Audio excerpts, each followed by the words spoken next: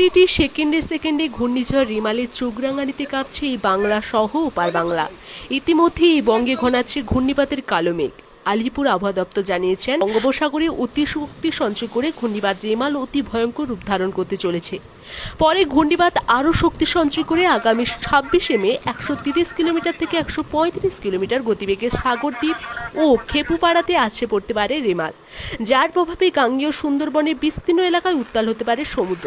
তার সঙ্গে রয়েছে অতি ভারী ঝড় বৃষ্টি। ঘূর্ণিঝড় রিমাল নিয়ে ইতিমধ্যে পূর্বাভাস জারি করেছে মৌসুম ভবন। রাজ্য সরকার সমস্ত রকম সতর্কতামূলক ব্যবস্থা নিয়েছে।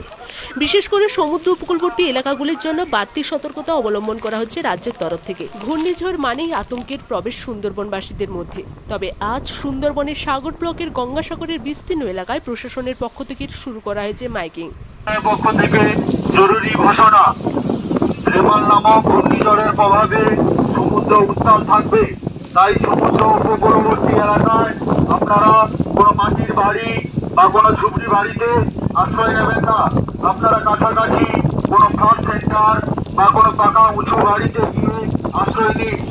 সাগর ব্লক প্রশাসনের পক্ষ থেকে জরুরি ঘোষণা, আপনারা কোনো মাটির বাড়ি বা কোনো কাঁচা বাড়িতে থাকবেন না।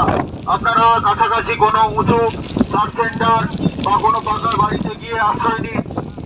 আপনারা কেউ এখানে থাকবেন না। রেমালের প্রভাব সুন্দরবনের ওপর পড়লেও ফের বাঁধ ভেঙে গ্রামের পর গ্রাম প্লাবিত হতে পারে বলেই আশঙ্কা প্রকাশ করছেন স্থানীয় মানুষজন।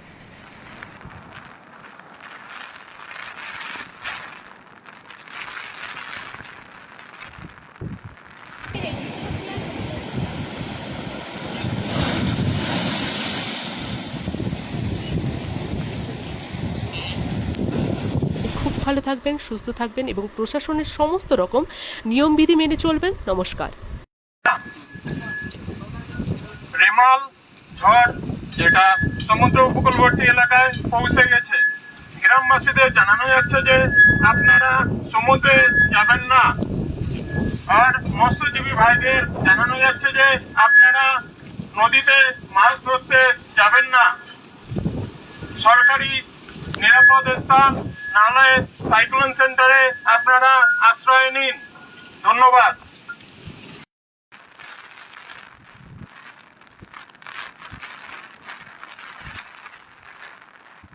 কাছাকাছি কোনো ফ্ল্যাট সেন্টার বা কোনো পাকা উঁচু বাড়িতে গিয়ে আশ্রয় নিন। সাগর ব্লক প্রশাসনের পক্ষ থেকে জরুরি ঘোষণা, আপনারা কোনো মাটির বাড়ি বা কোনো কাঁচা বাড়িতে থাকবেন না। আপনারা কাছাকাছি কোনো উঁচু সাব সেন্টার বা কোনো পাকা বাড়িতে গিয়ে আশ্রয় নিন।